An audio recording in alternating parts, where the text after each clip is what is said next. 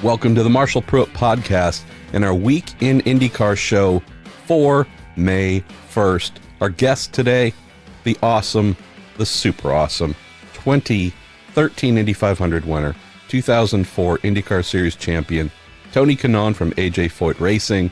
After TK, we have young Braden Eves from Ohio, currently leading the US F2000 championship. So caught up with him in our ongoing initiative to bring more of the young road to Indy drivers, team owners, and talent in general to you here on the podcast.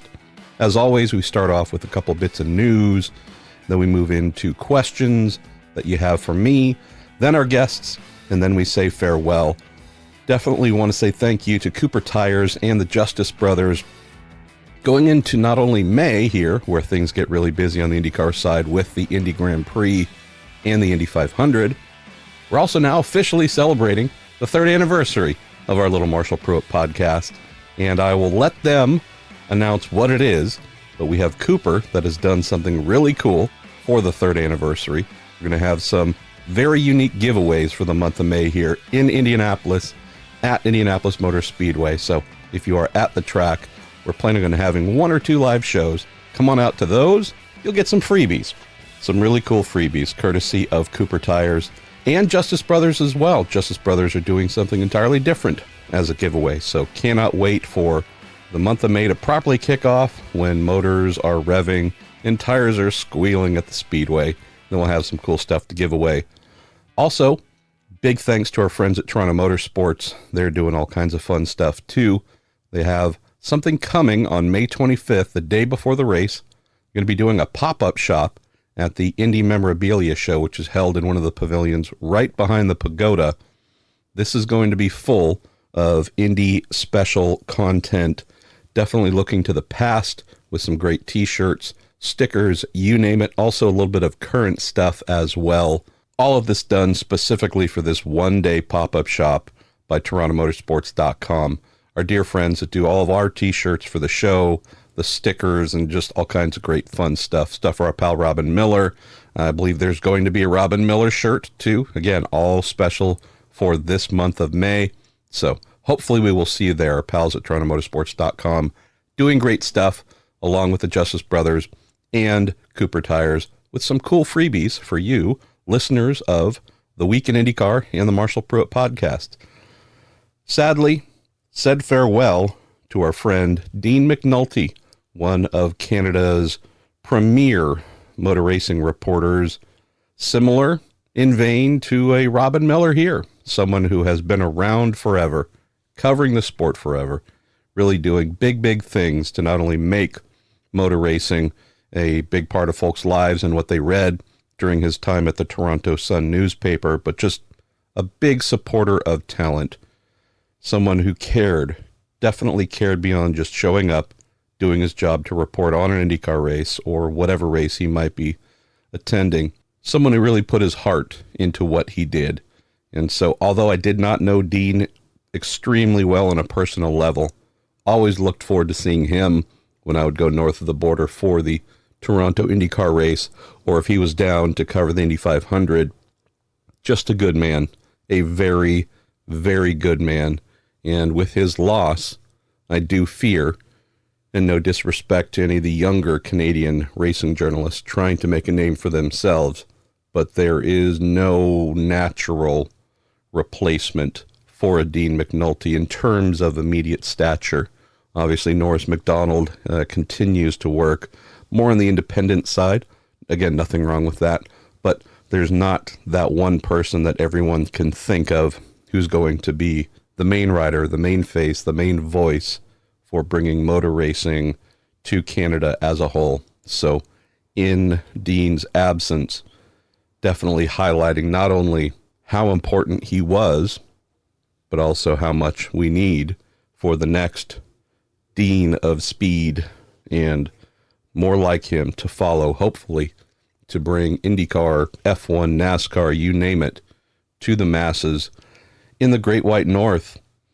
So farewell to our friend Dean McNulty. You will definitely be missed.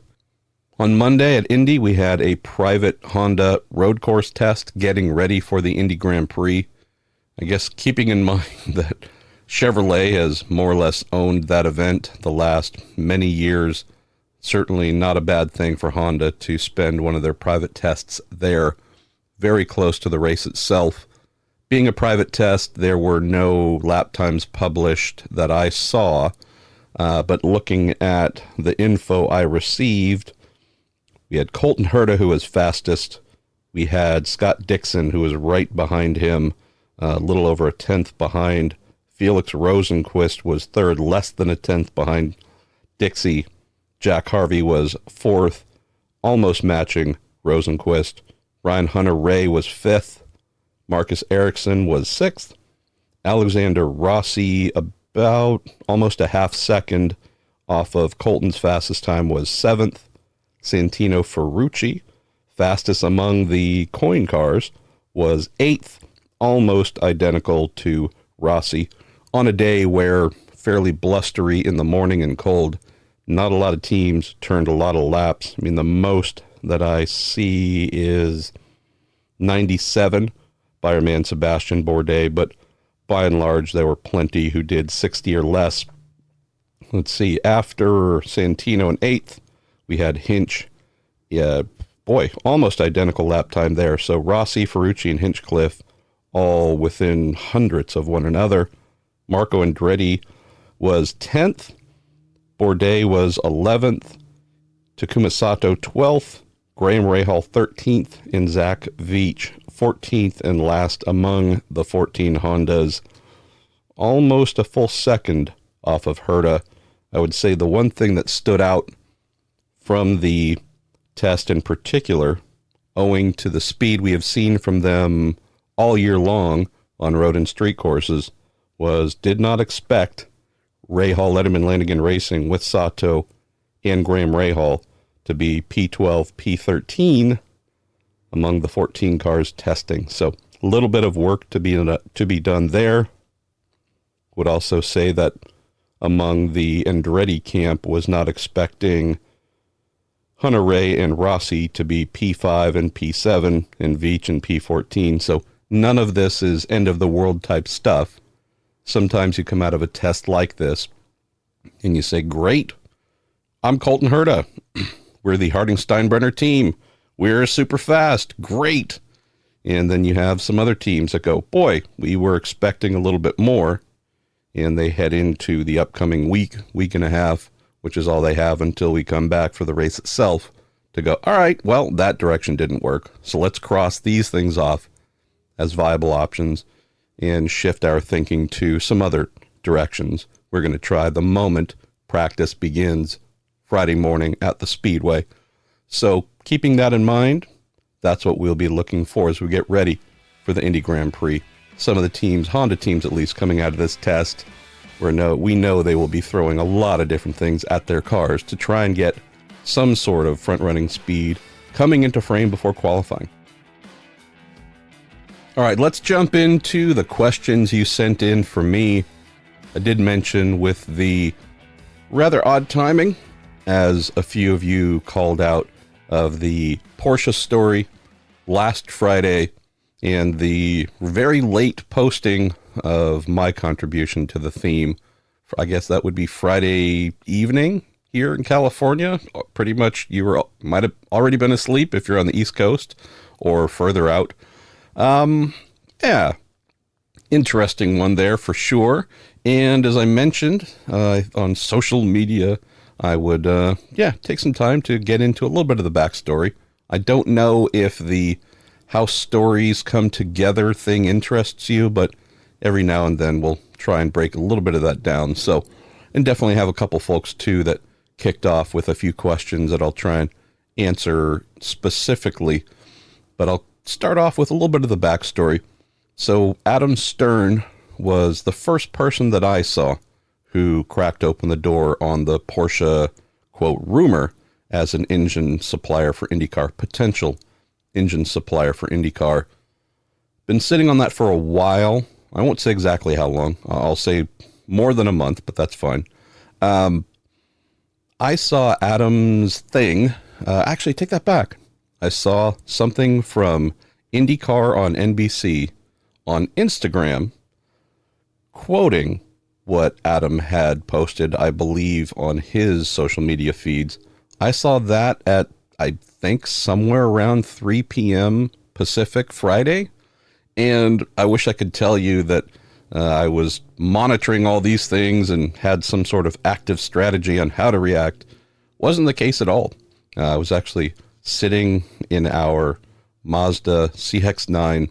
Had been playing chauffeur a little bit Friday afternoon and was just sitting out waiting in the Mazda and bored. And so was just thumbing through Instagram and Facebook and whatever to amuse myself or numb my brain. Saw that and said, all right, well, surprised me that had gotten out, but there it is. So I dropped Racer.com editor Mark Glendenning a note and said, hey, it's a little bit late in the day here. That time on Friday is generally known as taking out the trash time. It's stuff where you post things, send out press releases, as you'll sometimes see, that are either low-powered, low-valued, but necessary, or things that are maybe unsavory that you're hoping as few eyeballs as possible are going to see. Generally a no-fly zone for posting meaningful original content. So anyways, dropped Mark a note, said, hey, we're kind of in that ugly zone, but this is rather newsy. What do you think? Should I try and cobble something together here, sitting in my car in San Jose, waiting for my lady? Or should we just wait till a fresh news cycle on Monday? He said, no, we should, since it's out, we should definitely do something. So using my iPad, sitting in the passenger seat, using my iPad, propped up on top of my wife's purse, half supported by the steering wheel on our CX-9, just put together as much as I felt that I should in terms of the story itself that I knew. So for what Adam broke, that was 100% accurate in terms of it being a rumor and there being discussions taking place. So all accurate there. When I first learned about it, actually heard it not from open wheel circles, but actually heard about this from sports car circles and impeccable sources on the sports car side. And so when I learned about it and heard about it from enough people on the sports car side, that made me think, hey, this is a real thing. I better start reaching out and on background, get a feel from folks as to whether this is serious or not, real or not. And I had an idea that this was something, and it was based on a pretty simple process of elimination. Now, two separate things here. The process of elimination part, that was just me doing my best to figure out who this was months ago.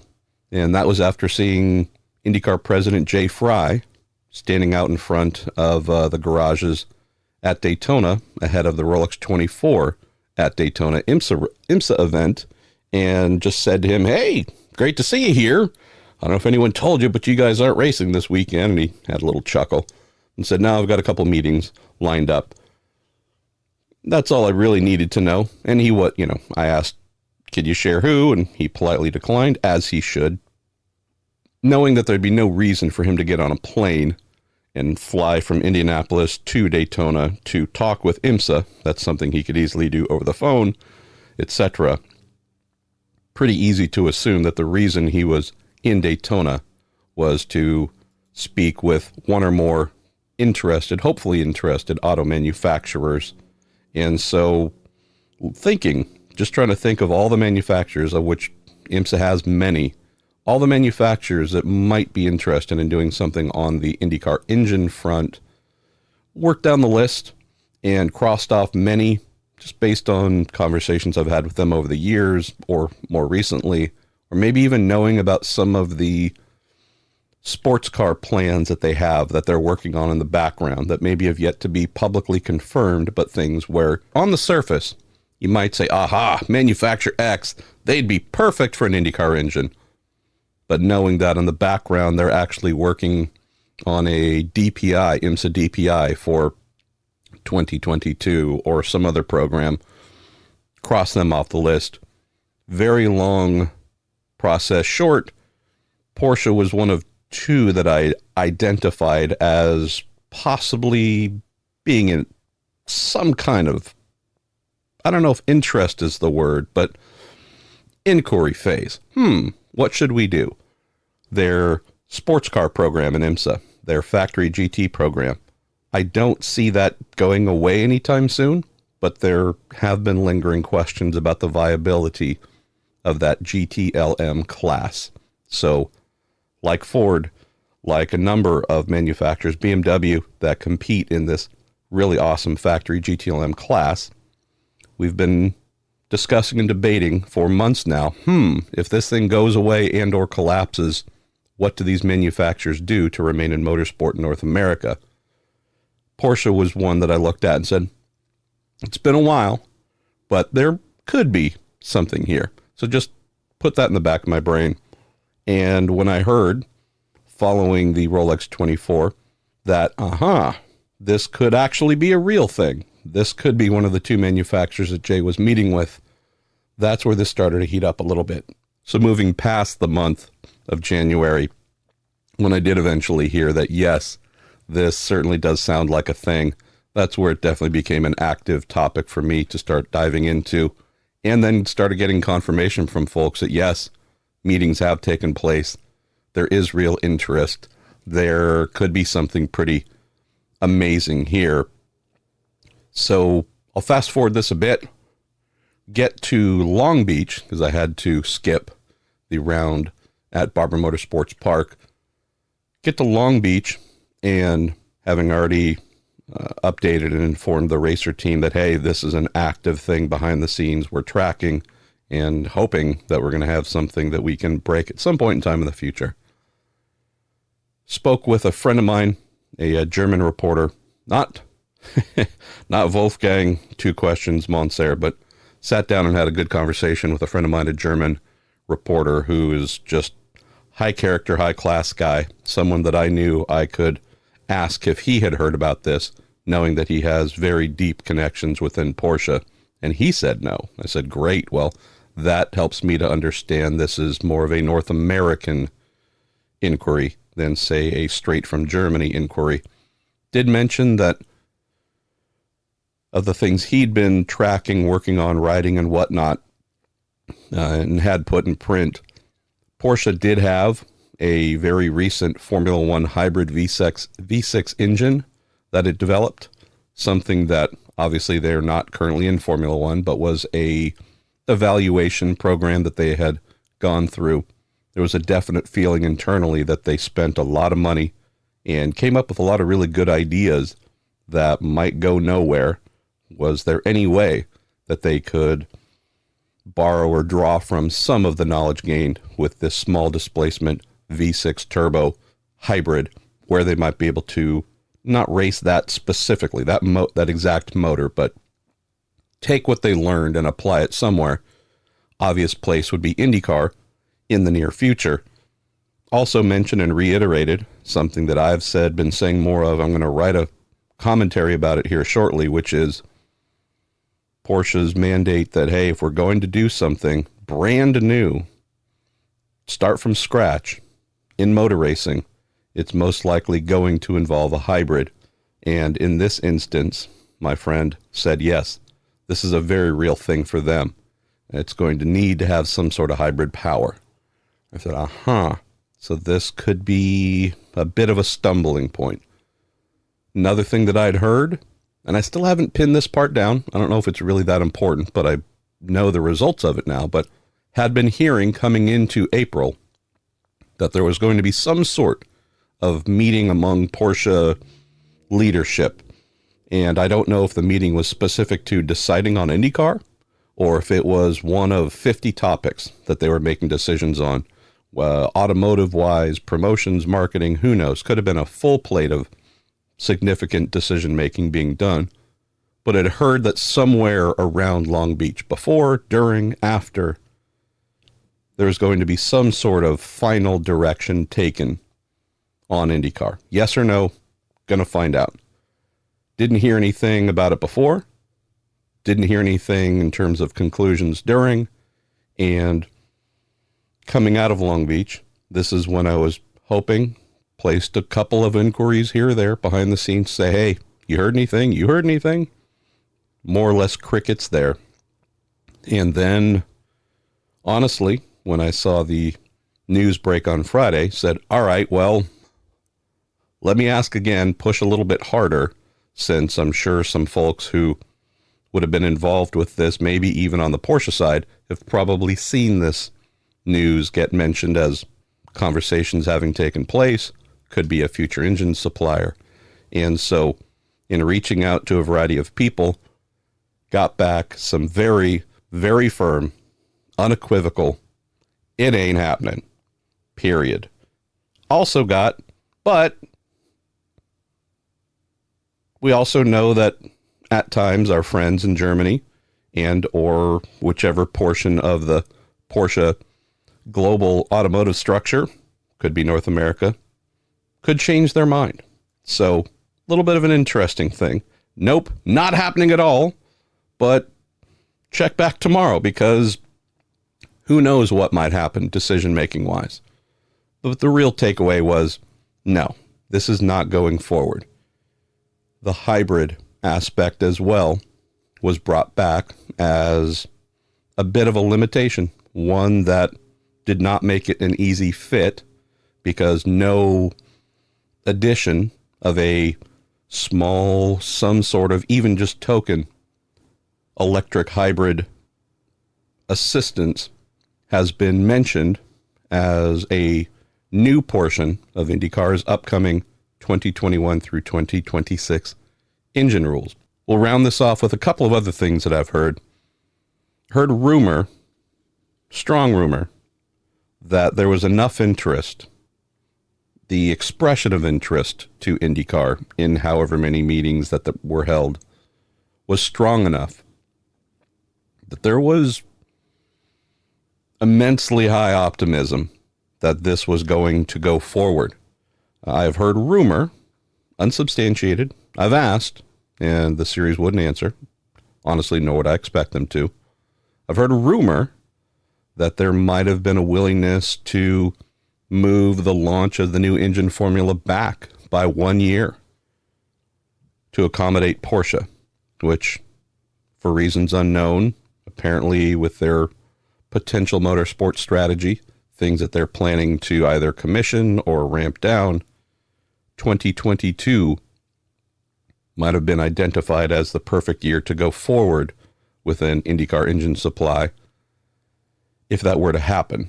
And on the surface, one reaction might be, well, wait a minute, they've said 21 and we expect Chevy and Honda to be there.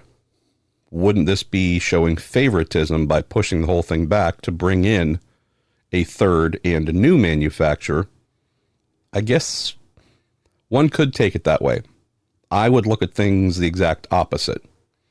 And no disrespect to a Kia or a Volvo. If it were a Kia or Volvo, I might be inclined to say, nope, 21 is it. That's when we said we're doing it. If you want to come play, we'll welcome you.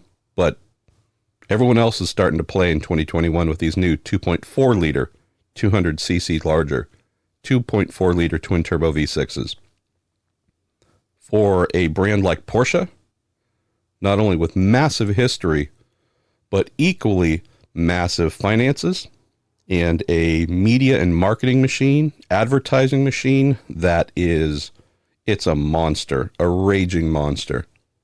Porsche getting invested in IndyCar with an engine in terms of bringing that awareness from coast to coast and even internationally, the type of drivers that it might be able to assist teams with, bringing them over and whatnot. Just the overall uplifting aspect of what a Porsche can do versus maybe some other brands, night and day difference.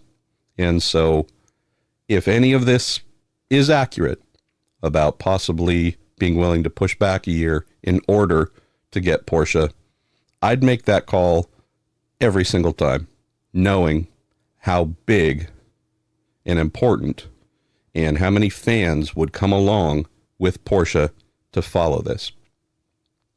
Talking about the optimism Other thing I'd heard, again, and it falls into the same, haven't been able to confirm, did ask, no response, fully understand why. I'd heard that there was enough optimism that this could become a thing, that this could happen, that there might have been a plan, or at least a tentative marker on the calendar at some point this month at Indy during the month of May to announce it. So that's not to suggest things got that far, that they were talking about announcement dates. Just I've heard a couple mentions and notes that the feeling was warm enough. There could have been a reason to think, hey, if things are heading in the direction we believe they are, this could be a big one, really big one for us to unveil during the month of May. We'll say one last thing that comes to mind on all this before I answer your questions that you've sent in specifically on Porsche and other things. There is still a possibility of Porsche getting involved, and definitely other brands as well. As the sources told me, we're not doing this. Not going to happen. But weather changes, opinions change. This is at least something that we wanted to go talk about. This is something that there was interesting in having conversations over and exploring some of the ways that this could happen. That's not a bad thing. I know obviously we want to be speaking about this signed deal. Porsche's going to be in, committing to many years and all kinds of awesomeness. That's a game changer, true game changer for IndyCar to get someone like Porsche in. Realize that there is disappointment, especially by me, working in and around Porsche pretty closely in the sports car side of what I do. It would be a giant thing. All I can say is I hope IndyCar, in their decision-making with their rules, will realize that maybe some of the reasons they're struggling to convert meetings with manufacturers, many of which I've heard have been extremely positive, really great engagement, not just, fluffery and nonsense, but true, yeah, boy, this really does sound awesome. This really could be a great fit for us. And then nothing happens. I think there's just a greater recognition, coming back to something I mentioned just a little while ago, that whether you like the idea of hybrids or not, we're at a point where honestly, personal opinions don't really matter so much on this front. As I will write here sometime very soon, I don't like Formula E. I never have. It's gotten better this year. I know that my opinion on this is far from original. I hear it constantly from folks, but all electric racing does nothing for me. Having seen, though, what a hybrid plus internal combustion engine can do in the LMP1 hybrid class, that was some of the scariest acceleration I've ever witnessed. It's incredible. It's like Star Wars light speed, or Star Trek. I apologize. It's crazy. It's just absolutely crazy. We see this in Formula One with the internal combustion engine plus the hybrid added to it. Ridiculous acceleration. This is what IndyCar needs. Might not be what IndyCar wants, but it's what it needs. It needs some sort of hybrid assist. I don't know what the number is, 75 horsepower boost, 100 horsepower boost for where it's going in the future. It needs to have this from the single standpoint of, if you want to engage new automotive manufacturers to play in the series, to convert them from these great meetings and they loved it and fantastic and boy, and then you can't get them on the phone again, or they just quietly step back. More often than not, it's looking at this one thing that's lacking, and that is a lack of a hybrid option for their marketing team to sign off on. If that's not there, we're not signing off on this. We're not giving you tens and tens and tens of millions of dollars to do this. It's a very simple cause and effect. If you have that, manufacturers not only come to the table, but will want to stay at the table. You don't have it, they'll come and talk, but you're very, very unlikely to get them back. And so I just hope that IndyCar, in its immediate decision-making processes, I don't mean a year from now, I mean a week from now, less than a month from now, realizes that to get these folks to the table, to spend a lot of money to help grow the sport, truly grow the sport, not the small, tiny increments we've been facing, but actual serious upward trajectory. This hybrid thing, like it or not, that's the thing they're all looking for to jump in. All right, let's get to the specific questions. Mike Jablo says, Mike, one of the recent Week in IndyCar podcasts, I mentioned that sitting on some potential stories that would delight IndyCar fans, asked, was Porsche as the third engine supplier one of them? Absolutely. So yes, that was something that, again, we were hoping to mention was a great month of May thing to be brought to all of us. Go to Jordan Darwin, who asked how long I'd been sitting on the Porsche story. Covered that a little bit, Jordan. I would, if I could, I would mention exactly when, but it would actually not necessarily publicly, everyone wouldn't know, but some folks who had clued me into this and or confirmed, if I gave too fine of a point on that, it might not be too hard to look at, oh, well, you were at this race at this point in time, and this is probably how that came together. So that's why I'm being a little bit vague there to, I know it's paranoia, but protect some sources. Eamon Barnett says, what's the main issue for Porsche not wanting to supply engines? Covered that off, Eamon, here on the hybrid side as well. And then the last one from Kevin Frederico, similar vein, says, hey, Marshall, would IndyCar be open to having new engines to use alternative fuels similar to LMP1 from the 2005-2009 time, or do manufacturers only want hybrid or electric platforms? I'd say I not only am open to both, I think we're going to hear more manufacturers saying, look, whatever the fuel might be, don't pin us into just one, and or what kind of future leading fuels could we consider that might just, again, move this into a more modern marketing standpoint.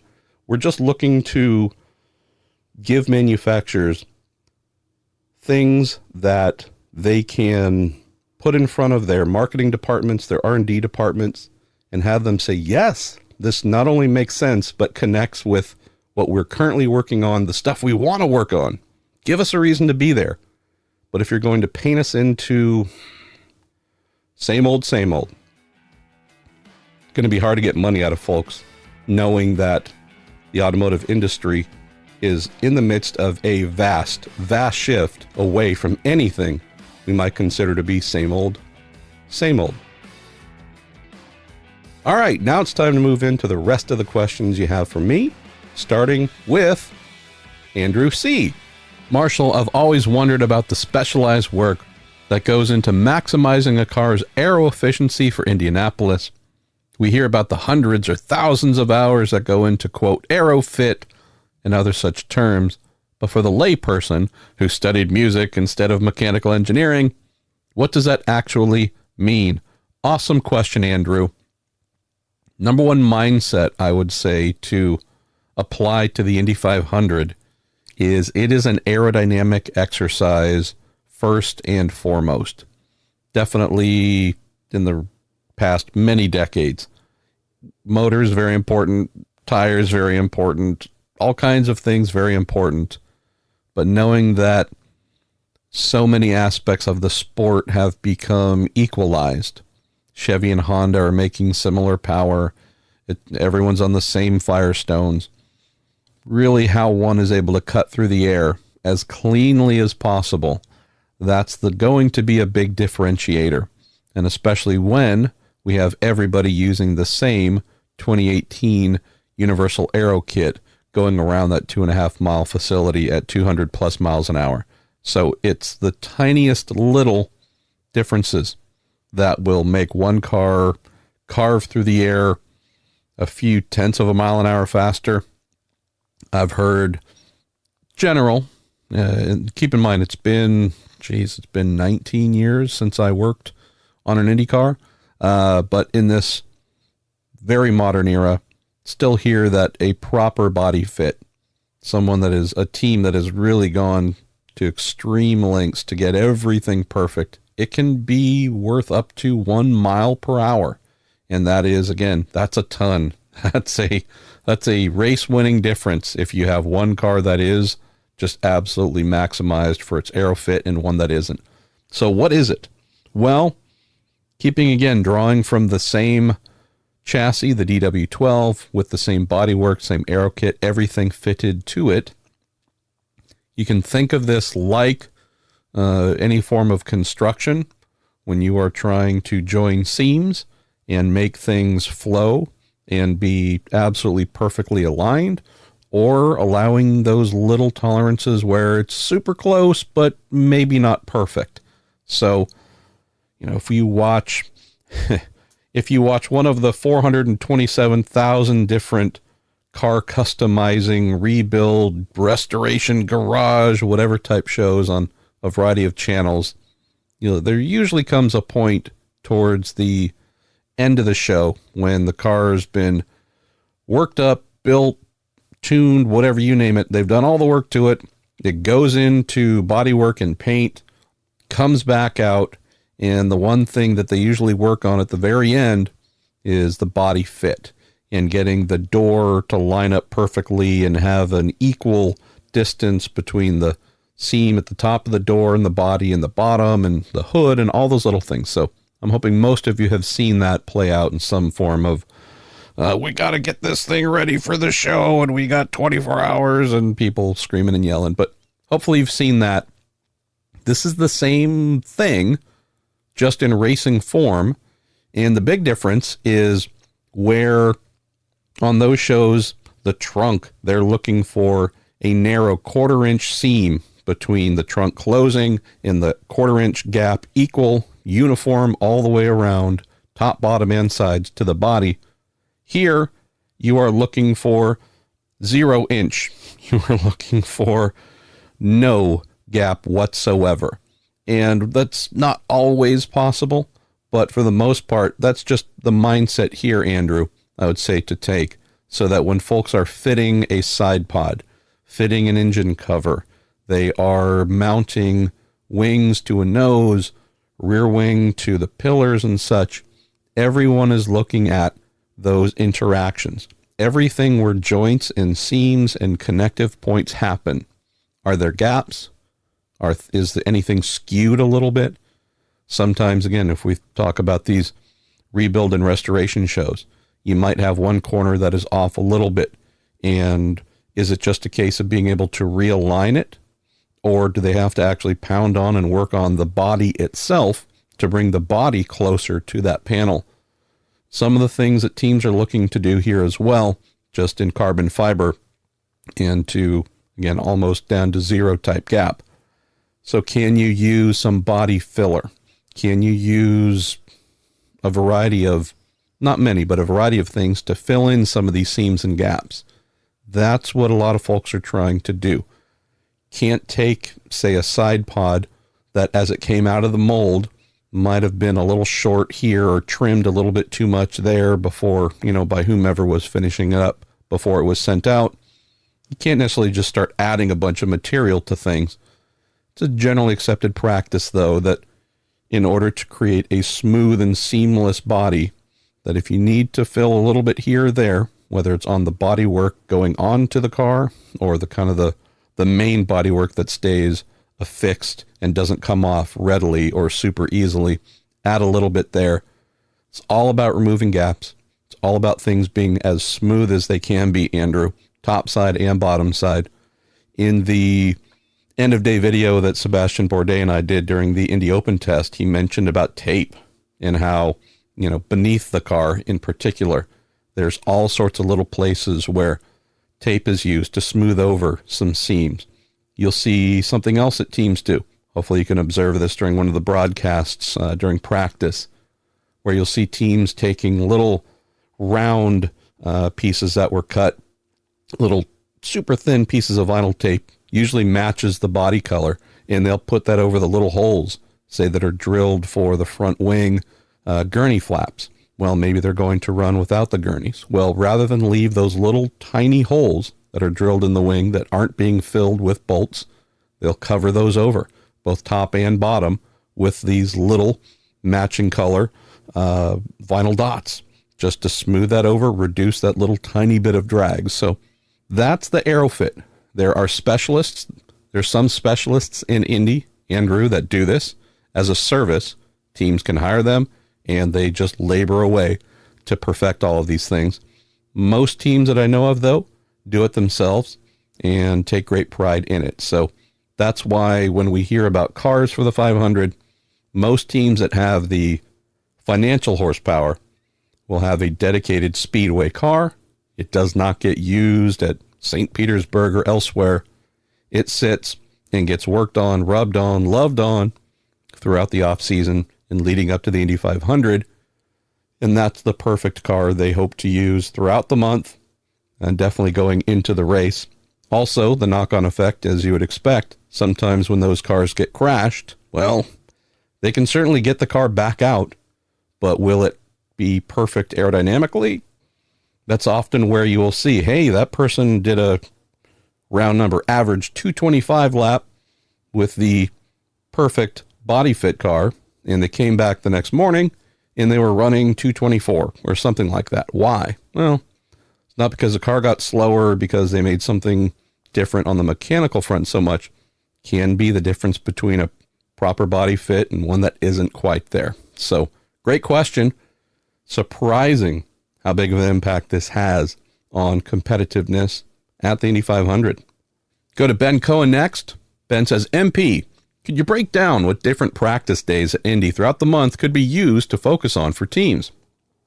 Teams talk about checking items off their list during actual test days, and I assume there are similar items that teams go throughout the month of May. Absolutely correct, Ben.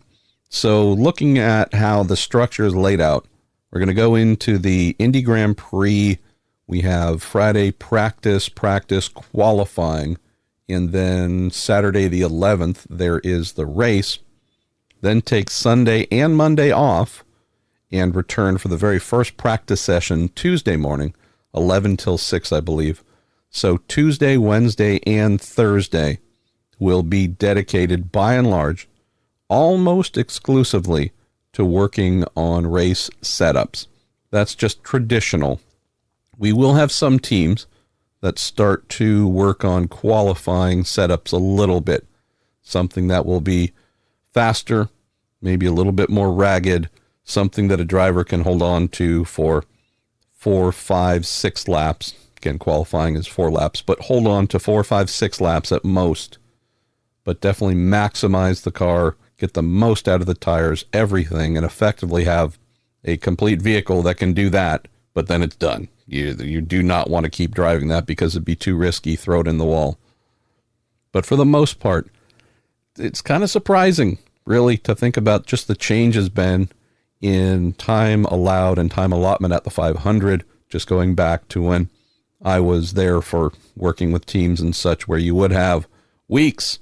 It felt like forever. There was not that there was a lack of a rush, lack of immediacy, but just a general mindset that got a lot of time to fill here, got a lot of ideas. We aren't necessarily going to be on track all day, every day. We might actually decide to take a day off. Yeah, Thursday, we're just going to cool it a little bit, work on the thing, look over it, think about stuff. We'll go back out Friday. Now, not an option. So we're going to have cars on track starting Tuesday. Even that's a little bit limited, where you have a block of time set for veterans, block of time set for rookies and ROP, etc. But if you think about Tuesday through Thursday, a lot of working on race setups, going through checklists, trying to find things that not only produce speed, but stability. Going to be working through a lot of mechanical options, a lot of damping and spring options as well. Do as much as teams can to reduce mechanical scrub, something where the car is gripping through the corners, but without sliding, causing friction, which, going back to Andrew C's question, that just slows it down. That's just drag. So that's going to be a lot of the work there. There's going to be a lot of aerodynamic work going on. Keep in mind that while we did have the Indy Open test, wasn't that much time on track, wasn't that much time running in any kind of pack. There was, as Seb said in our video, it was a glorified shakedown because of the weather. The weather did not allow teams to really get into much. Also knowing that there are some new aero allowances this year, primarily just bolting on some front wing extensions and gurneys, bolting on some new gurneys to the rear wing as well. Some teams were able to work through that to quantify it. Hey, we're going to bolt this on, go run and see what it does to the center of pressure, whether the driver likes it or not, etc. I think we're going to see, in light of the Indy Open test being a little bit of a bust, I think we're going to see pretty much non-stop on-track action by teams Tuesday, Wednesday, Thursday, trying to make up what they weren't able to learn. So there's going to be a lot of learning going on very quickly, not just traditional cool. We're going to start working on race setups. It's going to be, we still got to figure out some stuff before we can then decide what is a priority, what we think is going to be strong directions to try out for race setups. Also with Firestone's tire changes, in particular the front tire, which Tony Kanaan will speak about here shortly. Some new stuff to learn on that as well. It's fairly cool during the test that we had, so we'll see what the weather is like when we come back for the start of practice. Expect it to be a little bit warmer, so that's another variable teams are going to have to work through. Friday, we get extra boost, Ben. They call it Fast Friday for a reason, so qualifying boost is delivered for teams to be able to use and to really start working on their qualifying setups in earnest. It's always best to have the car in complete configuration.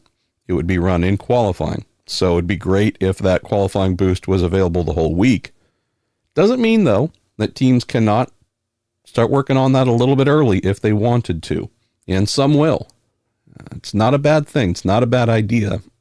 Knowing the ongoing pressure to really try and get into the show on Saturday, and I know that IndyCar has a structure set up for Sunday where those who did not make it into the field and get effectively locked in to one of the first 30 starting positions, there will be a session Sunday morning to determine who will fill out the final row and who will go home. All that said, there's pressure. There's certainly heightened pressure. So what will be interesting to follow on this, how the planning works out, is there will be running available, a little bit of running available during qualifying weekend when things are quiet, when there's no actual qualifying attempts taking place. There'll be a little bit of practice time there, but for the most part, Sunday is going to be an interesting change in that those who qualify 10th through 30th, they're done. They're done for the weekend. They're not allowed, unlike years past, to come back out and use Sunday as a bit of a test day if they could fill in wherever there were gaps and folks not qualifying and whatnot. So real quality, get ready for the Indy 500 type running. It's not going to be part of qualifying weekend in any of the ways it had been used to some degree in years past. We then come back on Monday, and there is the final option to run. It's not a super long session, as I recall, Ben.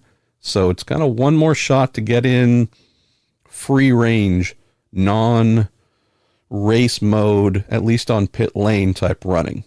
So that's where we can expect to see yet again the big packs, big packs running around, folks drafting nonstop. Another great almost final chance to get into the true race mode running, make final major race setup changes. Come back on Friday for Carb Day. Carb Day is full race mode. Everybody in their fire suits. It's just everybody treating it like a race in terms of preparation. Everybody geared up on pit lane. Can be interesting. We'll also get the pack running there too. It's just a little bit more of a time compression because they're not on track super long. And then everybody has a little bit of fun on Saturday. We go race on Sunday. So altogether, got 3 days of, call it uninterrupted testing / learning / practice, mostly focused towards the race, Tuesday through Thursday. Friday is definite qualifying mode. And I think for some of the smaller teams, newer teams, those who are likely to be on the bubble, if not almost downright, we can tell now who's going to be struggling to get in. I would say if I'm them, that Tuesday, Wednesday, Thursday, even though you do not have race boost, don't even bother with race mode. Absolutely work on extracting maximum speed in short runs so that when you do get that boost on Friday, maybe you're ahead of your curve, not the curve of the rest of the teams, but at least ahead of your curve to give yourself a better shot to get into the show. It'd be silly for some of the smaller teams, those who are already on the bubble, to waste Tuesday, Wednesday, and Thursday on race setups, then decide on Friday to go for qualifying and not make the show and realize that, hey, we had 4 days to get ready for this, and why did we squander 3 or 2 or 1 on anything other than getting in? We know the majority of the teams are going to get in. You're going to run down the list and name them, name those drivers. Just, we'll see. We'll see how smart some of those newish, smaller, possibly disadvantaged teams happen to be. Ego's a great thing. We're going to get in. Like hell, we're not going to be in. Okay, got it. We'll see. Let's talk Sunday afternoon. Let's go to Stephen Kilsdonk. Hey, Stephen. Follow up here, similar topic. What was the feedback after the oval test regarding the way cars were able to maneuver around each other and the outlook for the ability to overtake during the 500? Sounds like cautious optimism based on hearing what Jerry Hildebrand said on our Day at Indy recording. Definite a TBD, to be determined, Stephen. Some drivers, Penske did a little bit, were able to run in a pack slightly, but again, did not have that much clear and free time to do that. Most teams just wanted to get into learning as much as they can. Positive things heard about the front tires. The front tire changed by Firestone. Didn't hear anything negative about the new aero allowances, but I would say we're really going to have to hold off on getting more definitive answers until we get into the first week of practice and see what folks have to say after running in packs, maybe in a little bit warmer weather. But yeah, just not a lot of pack running to get a feel for the changes both to tires and aero and whether that will make passing a little bit more friendly. Chris Hoffman says, Marshall, do Honda or Chevy do anything to increase the longevity of motors that are used for the 500 milers? Can't think of anything mechanically that's done, Chris. I would say from a engine management ECU tuning standpoint, there's always the option to reduce revs slightly to, in theory, reduce the risk of blowups, but not much. I mean, it's just a case of pushing their comfort level as far as possible to make as much power as they believe is safe to therefore win the race. Obviously, they could dial back the revs considerably. They could turn down boost if they wanted. I'm sure that there are things they could do to definitely guarantee every motor would finish the race. Those motors would also finish well behind the other brand in the race. So just more of a experience thing that gets used as they figure out how hard to push what they have. Rafael Plache says, hi, I'm from Brazil. This one's not for TK. I saw some images of McLaren's steering wheel back when the car was in the UK, and it looked a lot more like a Formula One steering wheel. Did not see any pictures from the test. Are they allowed to do whatever they want with the shape and form of the steering wheel? The answer to that, Raphael, is yes. Other than using the mandated electronics supplied by Cosworth, teams can do as they please. So there is a somewhat standard carbon fiber steering wheel that most teams use. Scott Dixon happens to use one made by Max Pappas Industries and seems to like that quite a bit.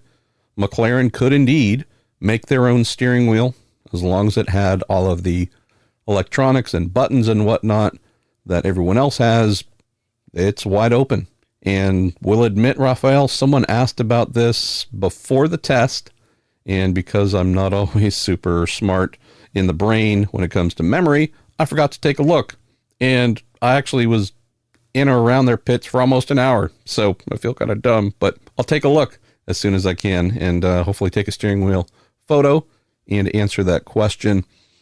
Darren Dubois says, Marshall, curious in your thoughts about Barber Motorsports Park with the date change, different lineup, etc. Did it hurt the overall event? Was it no different? I assume it will move back to its original date after Long Beach. The start time of the race makes it difficult to stay on Sunday, as we usually do Friday and Saturday only. At least from what I heard, having not been there, had some family things to attend to at home, the overall attendance, I believe, Darren, was pretty darn strong. I just heard from a number of folks. Robin Miller is one of them. I believe Lee Diffie was another, just saying, boy, the crowd looked really good. And so I don't know if the date change had anything to do with that, or if there's just more IndyCar fans and they'll show up, whether it is in that late April position it was previously, or being here moved to early April as it was this year. Not sure if the date had anything to do with it, but I definitely think we will hear where that falls out. I've also heard some other interesting calendar things that need to chase down as well. Not Barber related, but possibly some other shifting of things. Not this year, but maybe next or the year after. So, but yeah, it'll be an interesting one. If I get a chance, I'll try and get some feedback from someone about Barber and whether sticking with the early April or moving back to late April would be the thing to do. I will admit it is kind of nice having a little bit of a break before the Indy GP and Indy 500. So I think from a mechanics on pit lane, engineers, truck drivers, you name it, even the drivers themselves, I think the timing here of having a fairly solid break between Long Beach and the start of the Grand Prix, even with some tests thrown in, I think it will be, we'll look back at this and say, nice. It didn't feel like no one got a chance to breathe from St. Petersburg through Texas. Let's go to Ryan Terpstra again. Says, in recent podcast discussions taking place about shared IMSA and IndyCar weekends, I believe in discussions for IndyCar to partner with Laguna Seca, IndyCar stipulated they run the weekend after IMSA. Why? That doesn't make good business sense for either series. While it is possible some could possibly make it a week-long vacation bookended by both races, it seems more likely someone makes a weekend event and picks one or the other. I did not hear anything from IndyCar when I asked them about intentionally wanting to go right behind IMSA this September, but that does happen to be what worked out.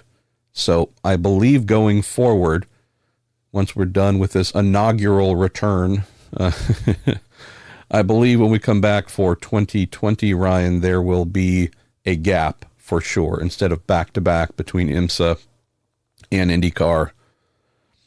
As someone who covers both series, we'll just mention very quickly, and someone who loves both, truly loves both series, I am concerned for IMSA at WeatherTech Raceway Laguna Seca, having covered every event they have had there since IMSA returned in 2014, and before that, when Grand Am was showing up. It often looks like they forgot to open the gates and let people in. There's just something that has not been working in terms of general greater Bay Area people responding to IMSA's sports car series, turning up and competing at Monterey. I go there to cover 3, 4, 5 events per year. The reason I have not been to Pocono in 4 or 5 years is because the Rolex Monterey Motorsports Reunion, what used to be called the Monterey Historics, has been moved to that weekend for a little while now.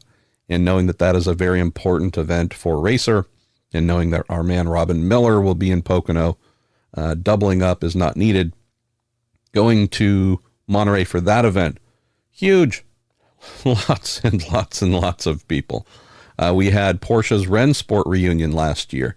Giant, huge turnout. Amazing.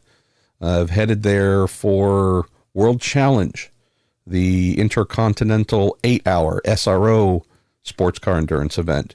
And if there are few people that turn up for IMSA, there are drastically less that turn up for World Challenge or the Intercontinental race. I don't know what it is, Ryan, but there's something about modern era of sports car racing that is not connecting with my fellow people here.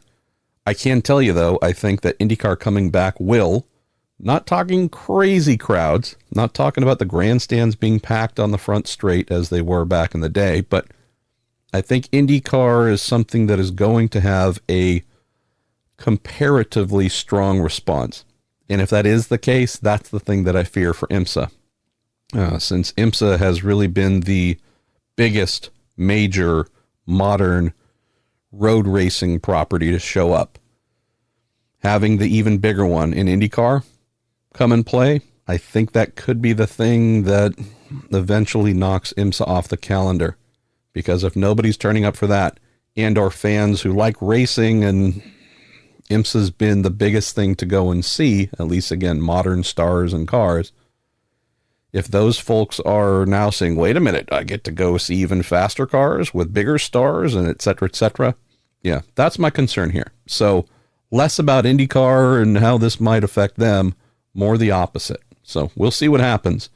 As I mentioned, either in one of the recent podcasts or another, I would not be surprised to learn here in the very near future that IMSA's time in Monterey might come to an end, and maybe they would look to go back to Portland, which could be a place that might welcome them back with more people and more interest.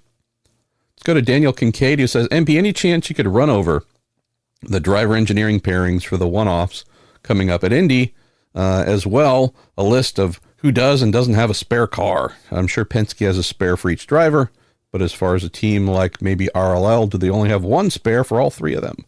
Not sure that Penske has one per driver, but that would be an interesting thing to ask. Well, let me rephrase that. Ready and sitting at the track in one of the transporters. Definitely need to update that engineering list, and we'll get that done here soon. So we'll hopefully post that on racer.com, Daniel. Not sure I'm going to have the time to run around and check who has what spare and is it ready or not. And I wish I did. And I actually get a lot of requests every week, which is kind of cool. It's not a complaint. It's I wish I had time. You know, I get folks telling me, hey, you should do a story on this, or could you call that guy and ask about this? And it's an honor for me, for some of you to think of me as the guy to answer all questions at all times. And I wish I had the time to do all of that. But having two amazing clients in Racer and Road and Track who buy 99% of my time, and the 1% I get to dedicate to my podcast, then also be a husband and try and look after the household and et cetera, it makes some of these extracurricular requests that I would love to do, just unfortunately probably not something I'll have time to do. But at least on the engineering pairing side, I think I might already have that list almost complete, Daniel. So look for that coming out here shortly. Let's get to the last couple here. I'm going to go to our man Bodan Klemensky, who says, I mentioned this earlier, but last year, the USF 2000 and Indy Pro 2000 race streams were hosted on IndyCar's YouTube channel. And this year, they're only on a channel with less than 2,000 subscribers. Even though they're different companies, can they fix this unforced error? I was not aware of this, Bodan, until you mentioned it. I'm absolutely going to bring this up with our friends at IndyCar, because with the not positive move of Indy Lights being taken off of NBCSN, actual proper cable channel, and being moved to NBC Gold, their streaming only service, I'm not saying that Indy Lights was a huge ratings generator by any stretch of the imagination while being on proper television. I can certainly tell you that being moved to only live streaming, it's not helping. And so learning now that the first two steps on the Cooper Tires sponsored Road to Indy are now on a much smaller channel with a smaller likelihood of folks seeing, knowing, caring. Does not help. So we'll certainly be raising this and seeing if that can get fixed. Let's go to James Bethay. Hello, James. Thanks for sending this in. It says, what are the chances of IndyCar's date in the future at Pocono being affected by the track taking on a NASCAR doubleheader next year? I think I mentioned on social media, it was just a real short throwaway thing, just what I'd heard and or my thoughts about not being positive that Pocono is going to be a part of IndyCar's calendar after 2019. I think this could certainly be, it doesn't help. It doesn't help, James, for sure. Yeah, I'm one of many who loves Pocono and really wants to see it succeed and be just a guaranteed annual staple on the IndyCar calendar. Ovals are incredibly important to IndyCar's past, present, future. Also a dwindling thing numerically on its current calendar. I don't like the idea of Pocono going away. We lost Phoenix already. And while the numbers in terms of fans seems to be increasing each year at Pocono, I still don't know if it's anything close to a break even for the track, for IndyCar. I don't know the promotional aspects of it. In some instances, it's a track pays for IndyCar to show up and perform. It's upon the track to recoup those monies and hopefully more to make a profit. In some cases, IndyCar has been a co-promoter, if you want to put it that way. They have invested and or taken on half of the financial responsibility or something along those lines. So I don't know how this shakes out at Pocono with whatever current agreement. I just know that more people sitting in the stands watching is needed, and more, and a lot more. Something where you look at it and go, irrefutable evidence, this is working. There is a crowd that cares. Money is coming in. Got to keep doing it. Would just overstate the obvious here. If you love Pocono, if you can, if you have the money, book that trip. Turn up. Turn up for the whole thing. Stay locally, invest in the economy, but be there. Put butts in seats to definitely let IndyCar know, or give IndyCar and the track as strong a visual as possible that people care and people want Pocono to remain on the calendar. All right, let's go to our last question from Lori Carter, and thanks for sending this in, Lori. Marshall, do you know your plans yet for a live podcast show in Indy? Well, I'm working on it. And so here we are, Wednesday, May 1st. I have some inquiries that have gone out. We're hoping to do something the Friday and or Saturday during the Indy GP, and then most likely something carb day or similar, maybe Saturday during the 500 race weekend. Our pals at Cooper Tires will be there with the Cooper Tires stage, one that we've used a couple of times to put on shows, has a full sound system and everything. That's going to be in the vendor midway. That is both next to the paddock where all the teams park their transporters, also directly behind the media center and kind of generally behind the pagoda, where you have all the displays from the variety of folks who are doing good things. So that's where the Cooper Tire stage will be. We're working on doing at least 2 shows and working on the lineups for both. And there might be some more. There might be at least 1 or 2 more we will try and do. There's some other things I'm trying to make happen. Lori, time's running out a little bit on those, and I'm not getting the response from 1 or 2 people that I need to hear back from. So trying to do some just fun stuff, the usual kind of fun, silly stuff. As I mentioned earlier, we do have some 3rd anniversary MP podcast gifts. Those will be given out. The ones done by Cooper Tires will be handed out exclusively from the Cooper Tires stage during those podcasts. So it's kind of a, if you want freebies, come on out, be there, participate, talk smack, throw stuff at me, ask silly questions of our guests, the normal stuff, the normal mayhem. Come on out and we'll do our best to send you home with something as a thank you for being a listener and participant. Also, we'll have some goodies from our pals at the Justice Brothers. And I think I just fired off a request for 300 new Week in IndyCar stickers that should be ready for that as well. So anyways, we're just trying to buy your loyalty. I'll be really honest, Laurie. We realized we don't have any friends. We need to give things to people to get them to come out. All kidding aside, just trying to say thanks. This is, it just every week becomes more and more of a community-driven show. Obviously, your questions drive the show with the ones you send in for me and my guests every week. But, we just do our best to answer your questions, bring you inside the sport, have a little bit of fun, whatever, and being able to extend that at races with some of the live events. Not able to do them at every round, but we're trying to do them at as many as possible. I'm doing one this weekend, 2 days from now at Mid-Ohio, one requested by the track, reached out and said, hey, can we do one with Acura? I said, great, let's do it. So we're doing it. We're going to have Montoya, Castro Neves, Mike Shank, Catherine Legg, Jackie Heinricher. Going to be putting that on Friday at 5:30 in Victory Lane. If you happen to be there for the IMSA event, the Acura Sports Car Challenge. So come on out there. Acura, just because they're awesome, said, hey, we're going to cook up some hot dogs. So for the first 100 people there, you'll have free hot dogs courtesy of Acura. They also have some water too. And if you're going to be at the track camping, bring your folding chair, bring an adult beverage as well, and come have some fun, hurl obscenities at our guests, at me. I'll be making fun of Montoya and he'll be cursing at me. So kind of the normal routine. But anyways, Lori, hope to have some news here shortly on the who, what, where, and when. Definitely will be doing at least one, if not two.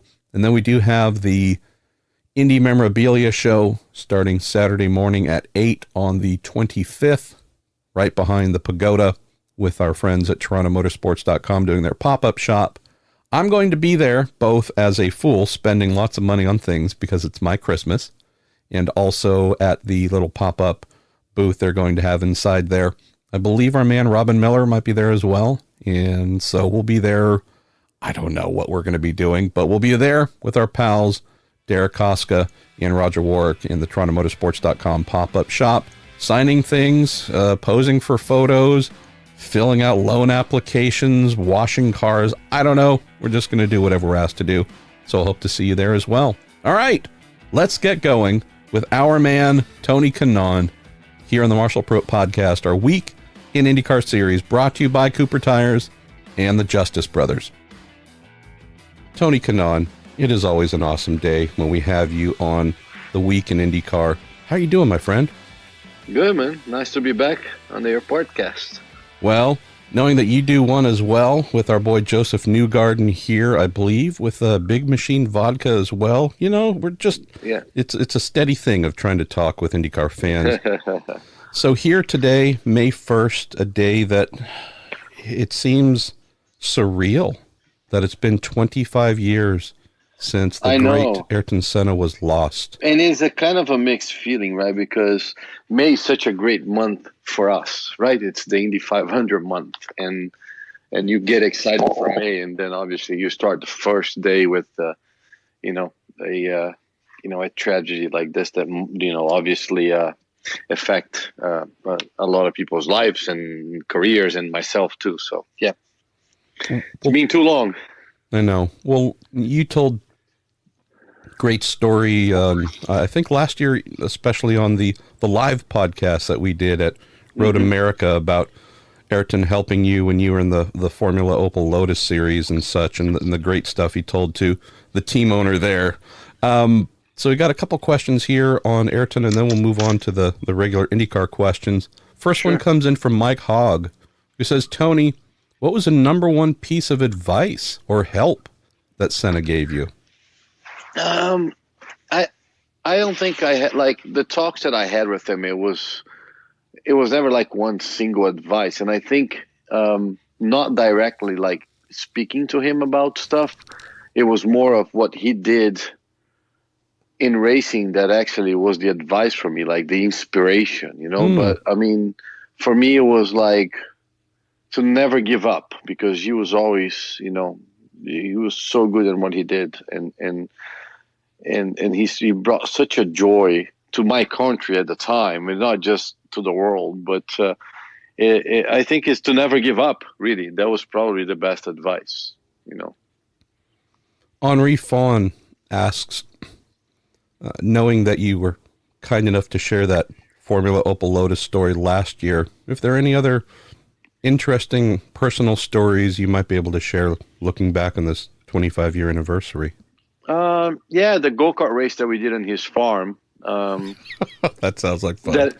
That I won, and he finished second. So we had a bunch of people there: Mauricio Gugelmin, Roberto Moreno, and a bunch of the celebrities, race car drivers. And he had this go-kart track in his farm, and we just did a fun race.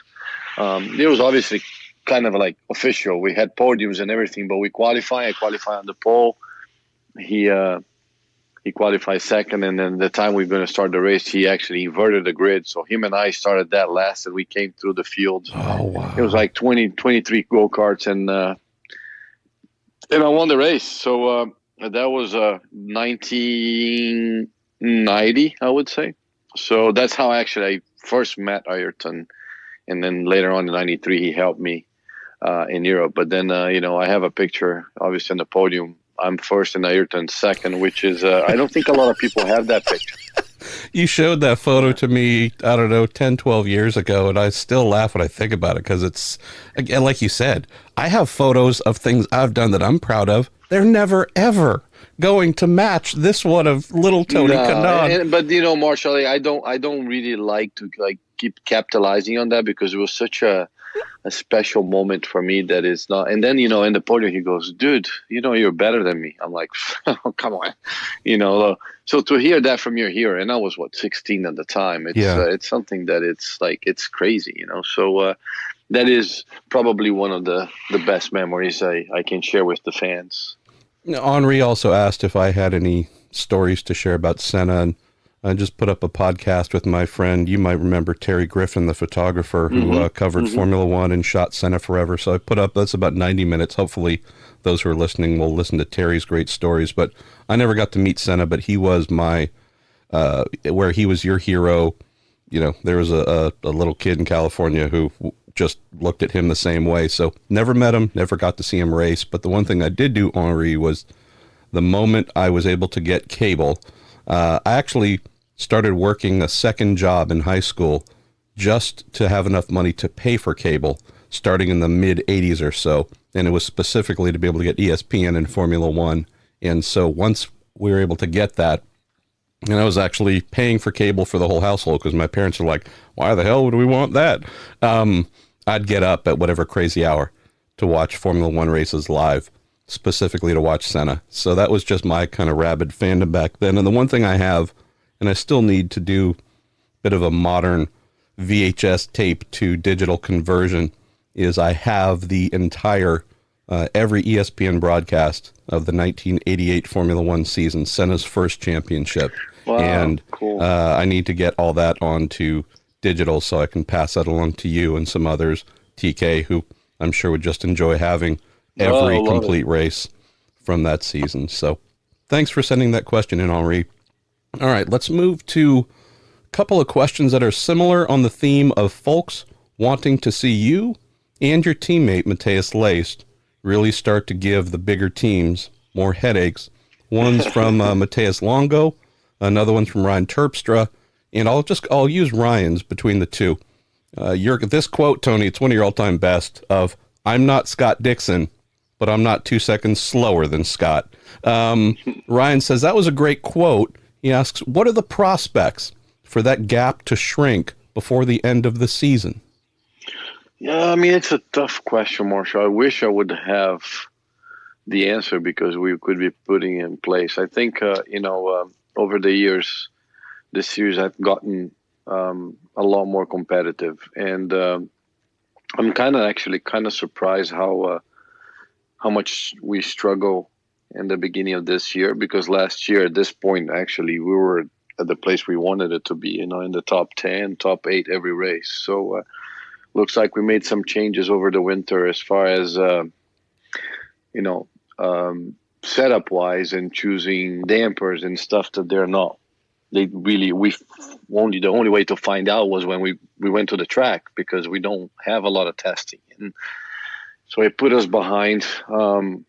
So what we really need to do is, I think we went back to basics since We finished Long Beach. Long Beach was a shame because we had a problem. I mean, I crashed and qualified, but then in the race, I got hit in the first lap. So we went back to last year's setup and everything else. But I mean, my car got damaged, so I couldn't really tell if it was better or worse. Sure. But the way we're just keep digging, man. I know it's tough. There is a lot of. I mean, the toughest part for me is to accept that we're making changes, but it's going to be a slow process for us to be able to beat the big teams. As you know, Scott Harner joined the team at the end of February, so there are a lot of good things happening, but it's just that they don't show as a result yet. It's not a today thing.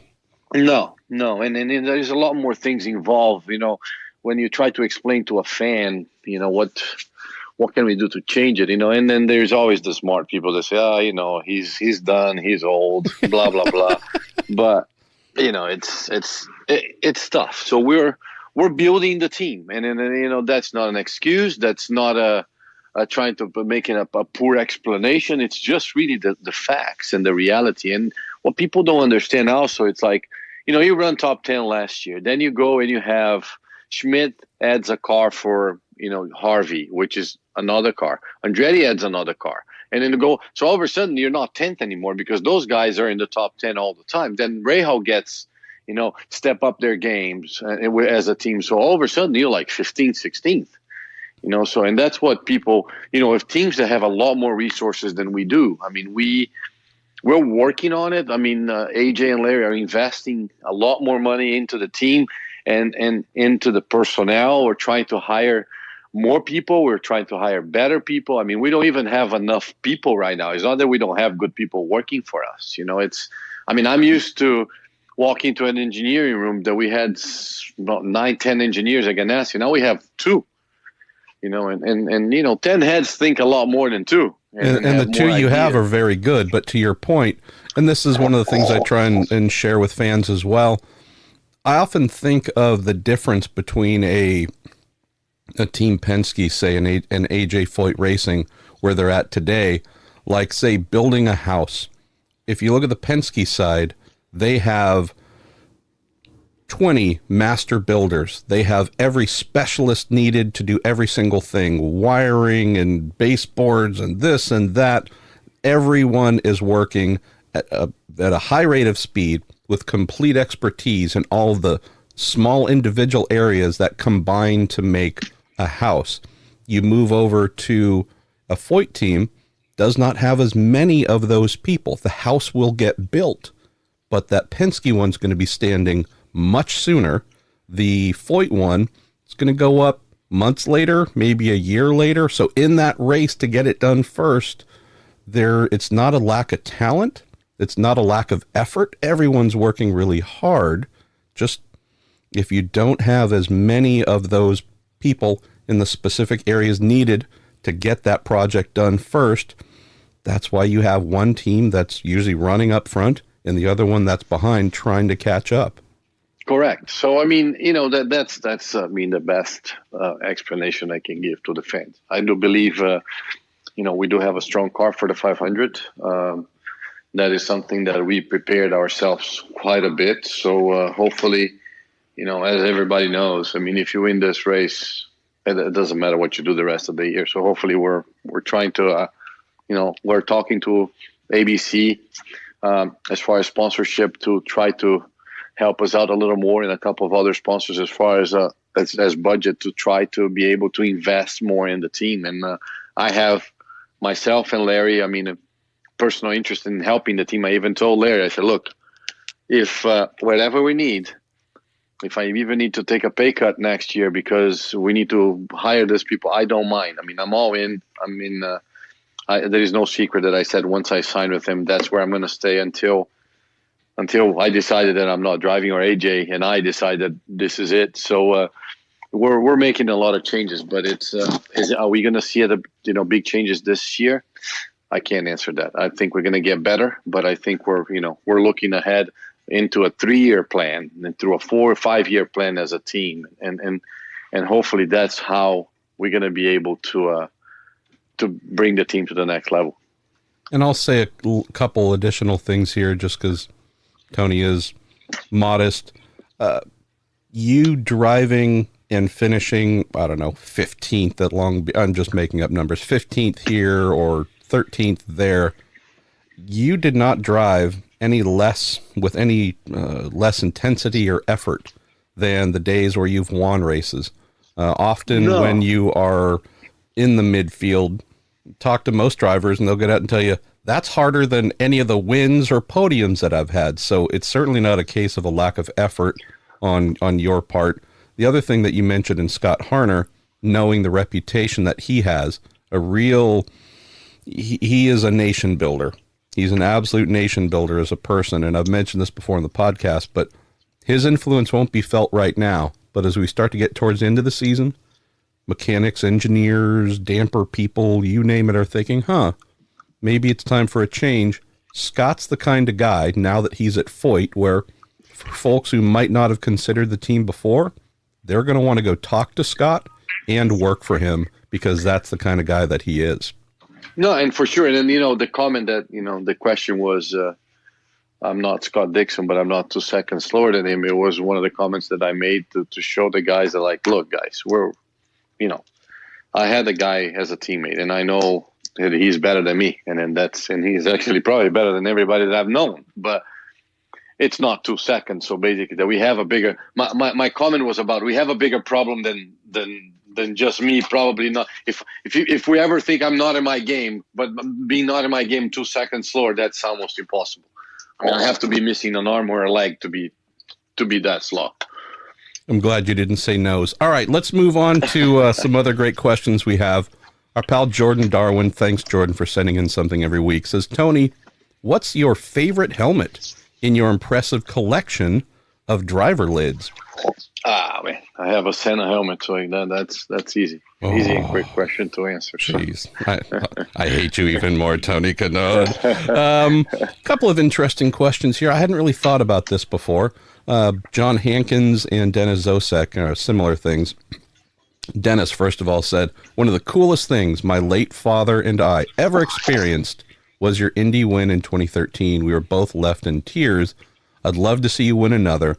He asks, when you decide full-time racing in IndyCar is over, would you like to do like Elio and still keep returning to run the Indy 500?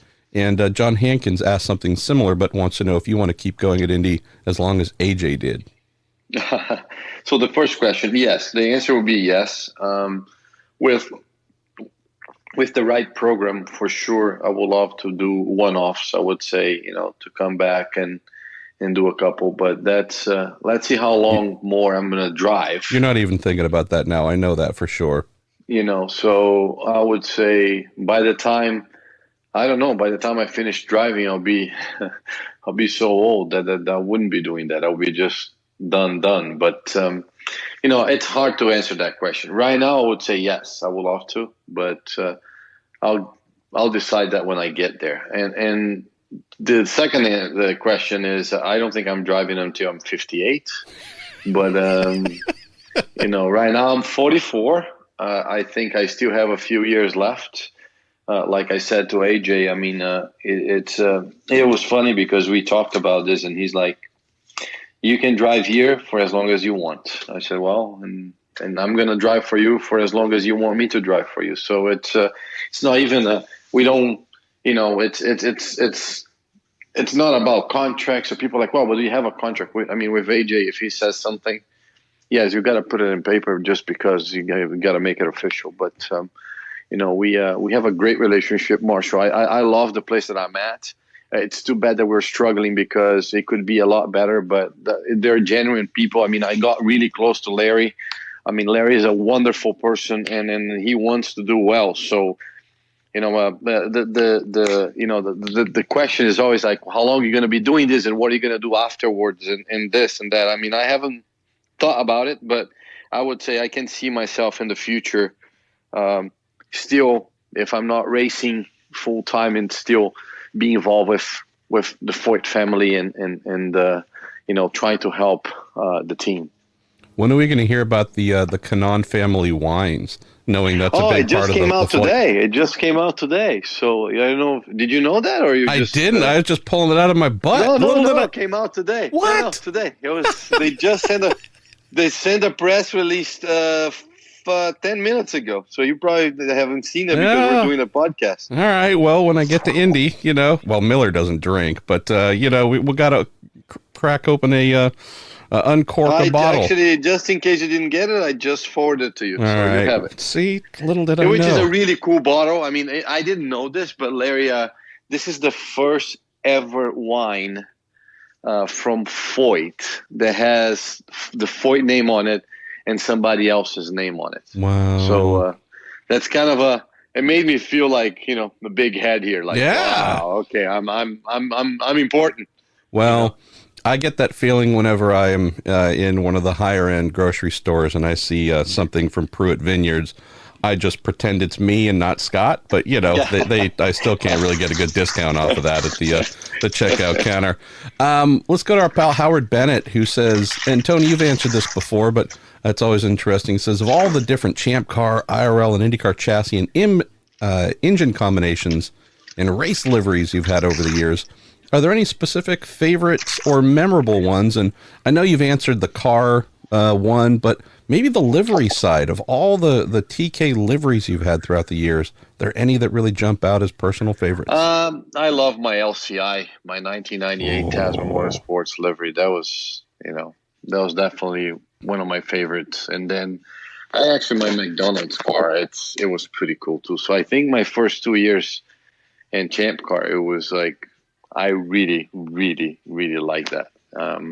As far as cars, I mean, nothing's going to beat. I mean, I know I'm an old timer, but nothing's going to beat the 1,000 horsepower to the Rainer or Lola chassis at the time. I mean, this is just, I know, motorsports have changed a lot. I mean, Dallara has done great things for us, and I love them. I have a relationship with Dallara since 1993. Well, Formula 3, right? Yeah, like in Italy. So hopefully, it's not about the car. I mean, they're making good cars. I wish we could actually go back to the 1,000 horsepower era. Well, that's why we need to have you around until the next engine formula, where we're at least supposed to get close to that. So yeah, that looks like it's going to be like 2021 or something. So I'll try.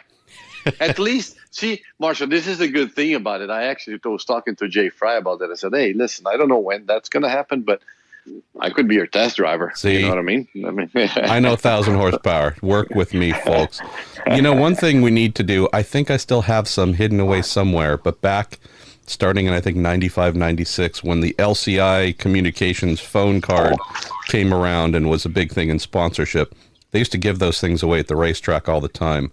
I don't know if you still have any of those cards. Yes. I don't know if you still have any. I'll see if I can find some. You and I need to sit down. All right. Well, we need to bring one to the track, and I'll just turn on the camera, and we need to actually see if we can use it and call somebody, and if it still works. It's funny. I try it with Darvish. It doesn't. You remember you had to scratch in the back. Exactly. And you called the pin, and then you had. Oh man, it was. This is like the dark ages, back when when everything was in black and white. Yes. Exactly. Old time. Let's go to this. Is an interesting technical one you can help on, TK. Comes from Corey Matthews talking about tires for Indy. Says, I know they're just for the 500, but with Firestone saying the Long Beach tires, for example, could have changed the racing that day since there wasn't as much degradation as folks hoped there would have been. How do you balance that, or how do they balance that for Indy 500 specific tires? So I know you're not a Firestone employee, but just with what you use, say, at the test here last week and whatnot, how do you interact with Firestone and telling them, hey, this would be a really good tire for the 500, but we don't want things that are falling off after 5 laps? Yeah, I did the tire test for them actually back in October, and Dixon and Power as well. The only thing we can reference is from the year before, right? So in last year, it was a really hot day, and I think with the aero package and the tires, we saw a little bit of a worst, quote unquote, race than the previous years because of the tire deck. So we ask, and as a driver's preferences, we had the front tires were given up because we didn't have enough downforce, and we couldn't follow that close. So obviously they're not changing the rules as far as aero. So we asked Firestone to add a little bit more front grip to the front tires. So it looks like the 2019 tire has a little bit more grip. So we'll be able to go back to a couple of years ago when we had, I don't know how many passes in the race. Since 2013, we had so many. So that's actually what's going to happen for this year. Let's go to Brett Ross. Asks first, have you ever been to AJ's farm in Texas and helped out there? And he also asks, he recalls you doing a Reese's candy commercial with Kevin Harvick in the 2000s. He says it seemed like you guys got along and wonders, did a friendship come out of it? And do you guys still keep in contact? So I have not been to the farm yet. I've been to the shop and stuff, but every time we're in and out. So AJ keeps, telling me I have to go. So this year I'll definitely make a trip. With Harvick, every once in a while we talk, but it was a fun commercial that we did. And, obviously we respect each other as drivers, but as far as friendship, no, not really. I mean, we talk through social media and stuff. We know each other, but we're not friends. We don't hang out. Let's go to Scott Wharton, who says, Tony, since you're considered IndyCar's Iron Man, what would you consider to be your favorite exercise and why? Scott says, mine is push-ups because it can be done pretty much anywhere, anytime, and it costs nothing. My favorite exercise is actually cycling. I love to hop on my bike and just clear my mind. So obviously nowadays with technology, you have stationary bikes everywhere, and I have one in my bus actually. But if I can ride outside, was actually exactly what I'm doing right after the podcast. So it's riding my bike for sure. Arvind Mahadevan asks a question that's cropped up recently. I don't really know where it came from, but it's been the big topic. Hi, Tony, big fan. Wanted to hear your thoughts on the reserved Indy 500 controversy, the reserved spots controversy. I knew that was coming. Yeah. Also, what aspect of qualifying for the 500 do you find the most difficult? Okay, to answer your first question, I don't like the idea. I don't like the idea to guarantee spots. I mean, I've always heard that you have to earn your spot. You have to, the fastest 33 go race. So, I mean, trust me, and I'm in a spot nowadays that I could be in all favor for it. Hey, yeah. Let's guarantee this thing, But I got to think about not being selfish to Tony Kanaan, but being actually, selfish to the tradition and actually reasonable with the tradition and the fans. I don't agree with it. I mean, I just think you have to qualify, man. Life is tough. And if you don't, you don't. I mean, ask Hinchcliffe how he felt last year. And I don't want to speak because it can happen to me. It can happen to anybody this year. We have so far, 35, 36 cars? 36, yep. Three guys are going to go home. And yes, you prepare yourself for this whole thing, and then you have you blow an engine, and then you're done. But that's life, right? That's the way it is. It's brutal. So I don't like the idea. That's my personal opinion. And the most nerve-wracking thing about qualifying, I would say, is just really it's so long. I mean, 4 laps, and it's the longest qualifying we do all year. So it takes almost like 6 minutes or something to do it. I don't know, not like time wise, but usually we go out qualify, you do 2 laps, you're done, right? I mean, then it's over. In the short over, it's a minute. And here is like, man, you do one, okay, you got to do the second one and the third one. The tires are getting bad, and you got to like play with your tools in the car. And then, so I would say for me, the qualifying run, it's the tough one. Kyle asks, Tony, if you had raced your career in a whole different series, what would it be? If I would race in another series? Yeah, if you'd spent your whole career in another series, what would your choice be? Oh, that's a tough question. I mean, I'd think Formula One, but I don't know.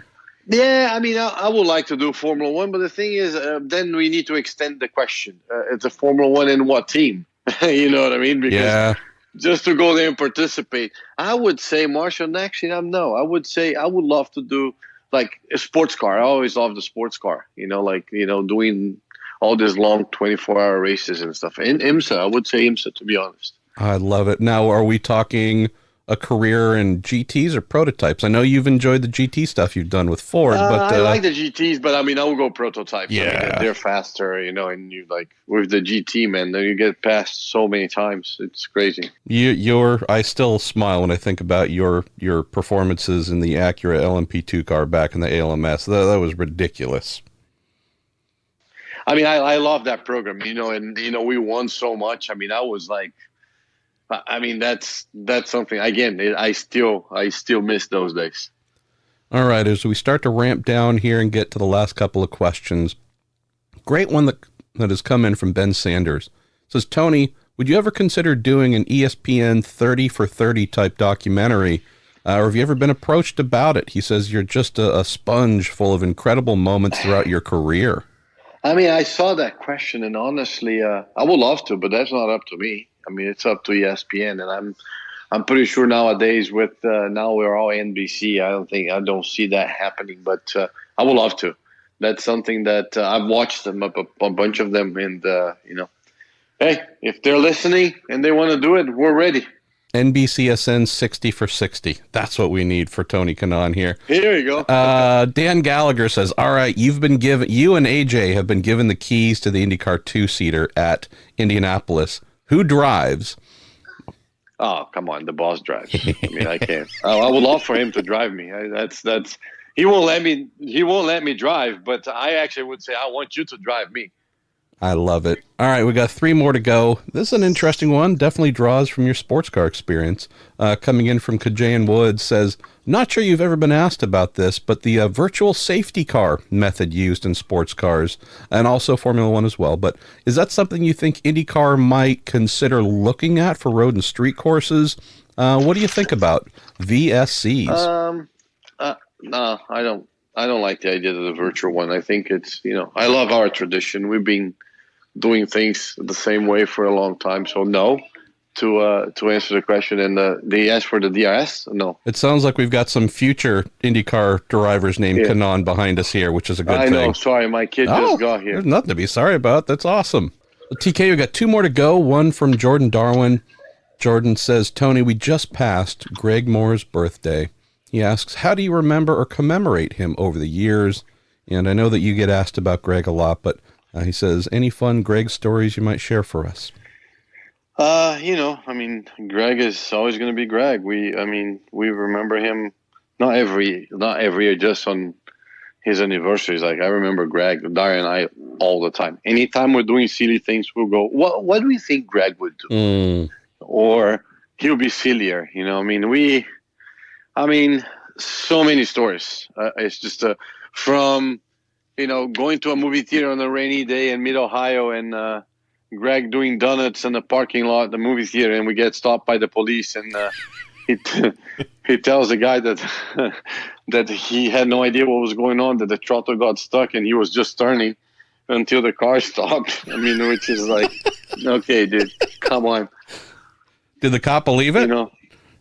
Of course not. And Good. I said, Greg, you better stop before you get arrested. You know what I mean? It's like, I love it. So, but, gone too soon. I mean, I know we're getting tired of saying that, but it's just gone too soon. It's just, I mean, he was a fun dude. And again, I know we talked about it. We always talked about it. I mean, I would love to see what he would have become. You know what I mean? How many 500s he would have won, how many championships and all that. So, well, I've just started talking, spoke with our boy Dario, and been meaning to catch up with you, and we'll do this here when we get some time. But knowing that the 20th anniversary of Greg's loss is coming up later this year, definitely feeling like we need to get yourself, Dario, Pappas, Albert, just a bunch of people who were very deeply connected to Greg. We've been talking about it, that. So we're trying to throw a party. I saw Rick Moore in Long Beach, and Rick was there, and then we've been talking about like partying like Greg. So hopefully we'll get together and then do something for sure. Yeah, and I think I want to do kind of a multi-part podcast as well, with just sitting down, telling stories, just bringing Greg to those who maybe never got a chance to know him. That would be awesome. Well, let's go to our last question. Tom Boyers, it's all yours. You said, Tony, over the course of your career, who do you rate as the best all-around driver you've either shared a track with or gone up against? And he says, apart from Scott Dixon. Dario Franchitti. Ooh. Oh, you're going to No make doubt. that guy's head swell even more. Come on now. No doubt. No doubt. What was it about Dario? What was the thing that Dario made you was- respect him? Very meticulous. I mean, he wouldn't, Dario would be like always like trying to make it better, trying to make it better. Like, it's never like, Dario, the car is good. No, still not good. And that guy, when he puts everything together, like the car that he wants to drive, he is unbeatable. Like it's unbelievable. And his determination, I like his work ethic. I mean, we're the opposites, right? I'm very passionate and like explosive, and he's always calm. He's always like, no, we'll be all right.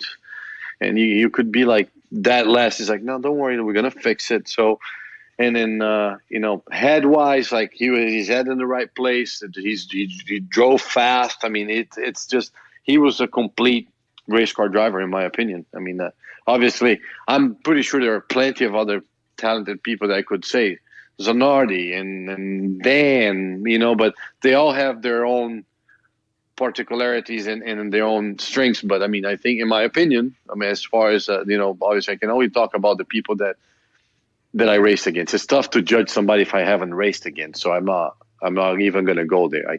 I would say on that question, I need to put the people that I raced in the same team, because I know their work ethic. And Dario by far is, to me, as you said, Scott Dixon doesn't count. So that would be Dario. Tony, not only thank you for taking some time here, thank you for helping us to kick off our first Week in IndyCar episode of May. We're also, now that we're into May, celebrating the 3rd anniversary of my podcast, and I believe you were among my first 10 guests. So thank you for helping me to make this thing come to life, my friend. Anytime, my friend. Hopefully we'll do that Greg Moore one pretty soon. Amen to that. Enjoy your day, my friend, and I'll see you here shortly. Appreciate it. Thank you. Thanks, brother. Braden Eves, really happy to have you here. We have the current points leading, championship leading U.S. F2000 driver. How are you doing, my man? You're somewhat close to me in Utah, but how are you doing this fine evening? I am fantastic. Yeah, I just flew in. It's been a little bit hectic the last couple of days. I was actually in New Smyrna testing on the oval for the first time, so that was good. And then flew home, had a short night, like 5 hours of sleep, and then flew out here for a karting race that I'm doing. So I'm good. The high life of a young open wheel race car driver. I love it. Well, let me start off by mentioning something that I mentioned in the open a bit. I appreciate the fact that you, being very proactive, reached out and said, hey, let's do something on the podcast. And I don't say that from an ego standpoint. I say that with many young drivers trying to get either recognized, make a name for themselves, bring their personality forward in the sport. A lot of effort gets put into social media. Let me tweet something funny. Let's go find a meme. Maybe people will like me that way.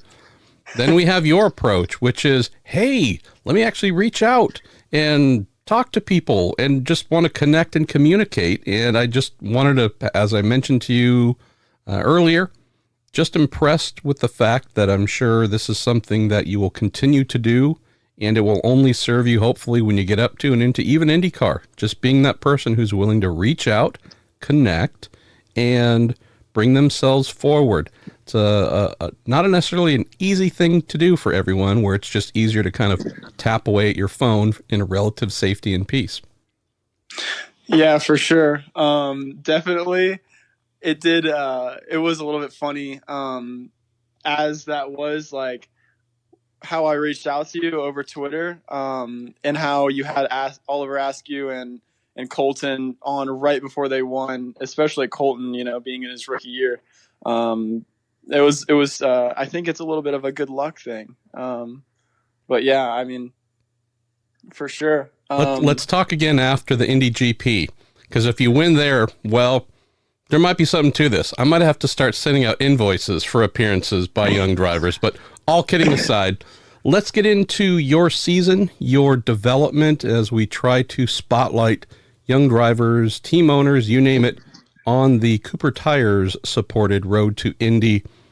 You dipped your toes into USF 2000 last year, but for those who don't know your story before you got to the Road to Indy, tell us about growing up, tell us about your Midwestern roots and where motor racing landed in your family, where this passion has emanated from. Yeah, for sure. So I grew up in Gahanna, Ohio. Just recently moved to New Albany, Ohio, home of the Ray Halls. I started in karting when I was 6, like many other drivers. Although I don't think it wasn't really like like he's 6 now, let's go karting. It was a family thing. My dad got into karting, my older brother got into karting, and I did all at the same time. And did it really as a family activity for fun. And me being me, got super competitive into it and just loved it. I loved the competition, So I did karting until 2017. I made my open wheel appearance in the F4 US Championship. Dipped my toes in there. Didn't really have the budget for a full season or anything, and kind of went out on a whim and did my first race at the Indy GP, or actually not the Indy GP, but it was at Indianapolis in F4. And straight out of the gate was competitive, so it kind of snowballed from there. Did a couple more races, landing on the podium 6 times in the 8 events that I did the 8 races that I did that first year. And then last year, kind of dipped my toes in the USF 2000 after doing a few F4 races again. Was nominated for the Team USA scholarship. And unfortunately wasn't able to accept that due to was actually in the hospital getting a couple of surgeries. Yeah, and that was something I wanted to bring up as well. We're not talking about is passing this guy around the outside at 400 miles an hour and stacked it into the barrier, and that's how I got hurt. You dealt with a rather odd injury that wasn't from doing anything crazy or heroic in a race car, I believe, but just something rather strange for someone very young like yourself. Yeah, exactly.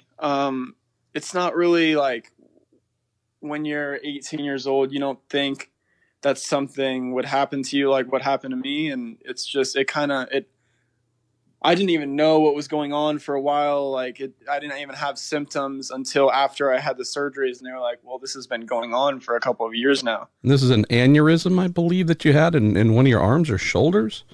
Yeah. So in my left shoulder, I had an aneurysm, which luckily was going down my body rather than to my brain, because obviously that would have been much, much worse. But it was an aneurysm caused by my ribs, two of my ribs that were pinching off the artery that led to my arm. And that sent blood down my arm, completely blocked off all blood flow into my arm.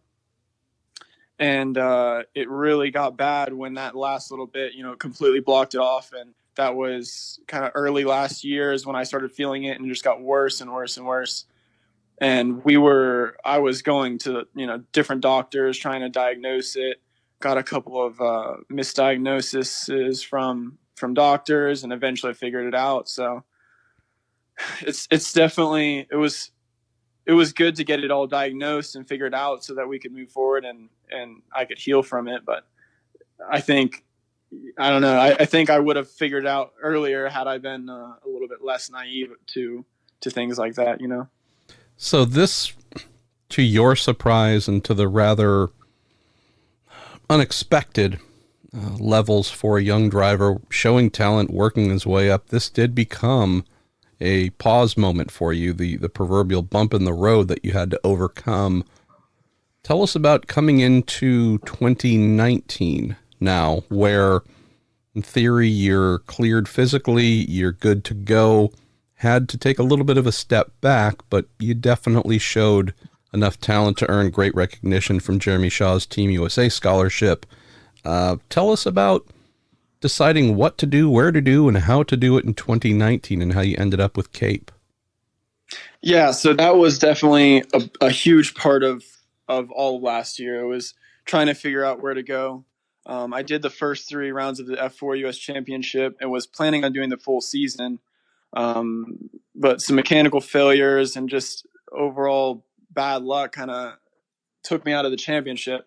And from there, as well as lingering health issues, it was like, okay, I was focusing on the Team USA scholarship and trying to go ahead and get that. So I kind of took a step back with the guidance of Jeremy Shaw and did an F1600 race, which I ended up winning 2 of the 3 and finishing second in the third race.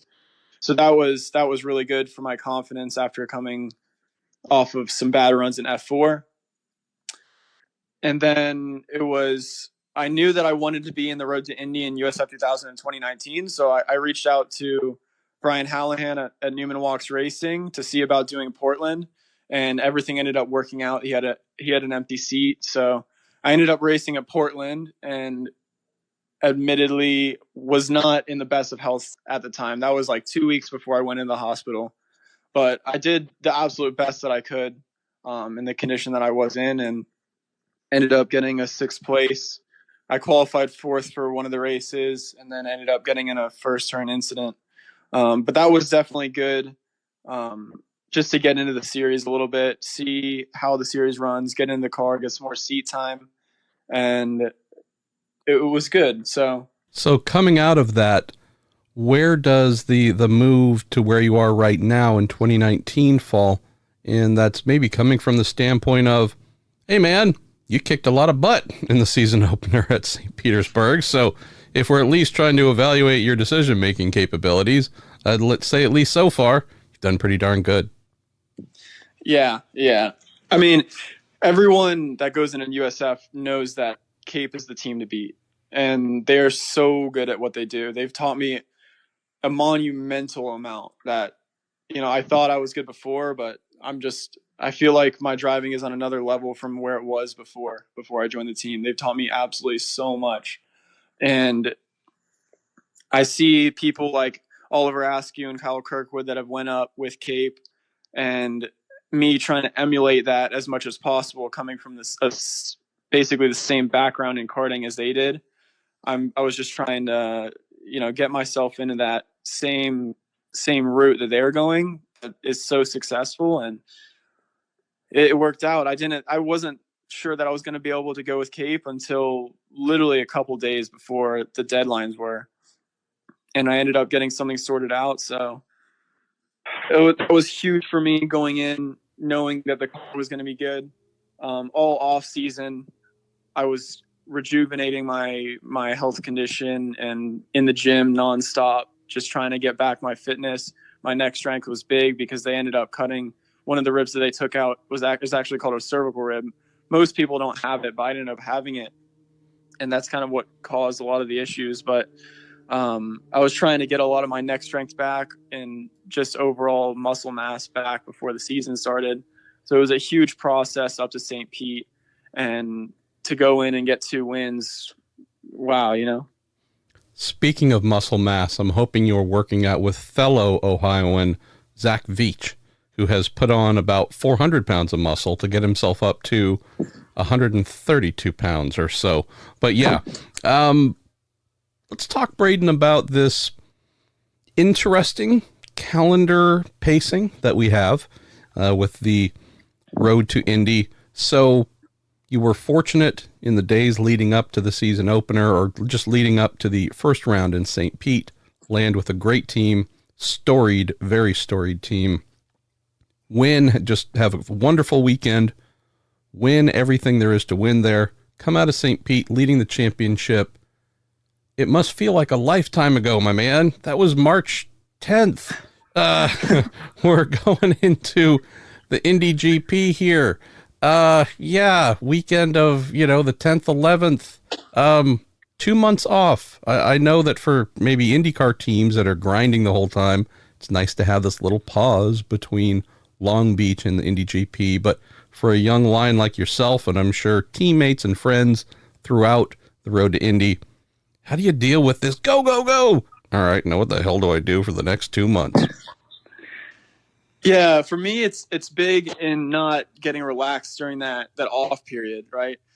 I need to be on the simulator all the time. I've been on the simulator all the time in the gym, making sure that my mindset isn't getting relaxed, especially being the points leader with the target on my back, like it's easy to get a little bit relaxed, but I know if I get relaxed, my results are gonna show it. And that's the big thing, is just keeping the race mode on through the entire 2-month break, and just keep pushing, keep trying to improve whenever I can. So that's the big thing for me. Well, you're going to finally, along with your rivals and those in the Indy Pro 2000 category and Indy Lights, fire up engines, get busy, go play motor racing for real here very, very soon. Well, let's do this. Let's close on the couple of questions that came in for you on your first little visit here to the week in IndyCar. And hopefully this will be the first of many as we chronicle your career on the way up. And who knows, maybe if you get to IndyCar, you'll have to deal with myself and Robin Miller and some of the other old farts giving you a hard time like we do with Colton and Pato and the rest of the young bastards who we love. All right, let's go. We got two primary questions that came in here. Let's go to Don Davis, who's wanting to know a little bit about the machines that you drive and comparing it to an IndyCar. So I don't believe I've seen you test an IndyCar, but you probably know enough to be able to help here. Don says, It's always good to see another Central Ohio driver in IndyCar. Could you explain the primary difference between your US F2000 machine and an IndyCar? Do you have push to pass, alternate tires, the ability to change ride height, cambers, damper settings, etc.? So I think Don's wanting to learn more about the category that you are in. Yeah, so our cars are a much more simplified version of a Formula car. We don't have push to pass.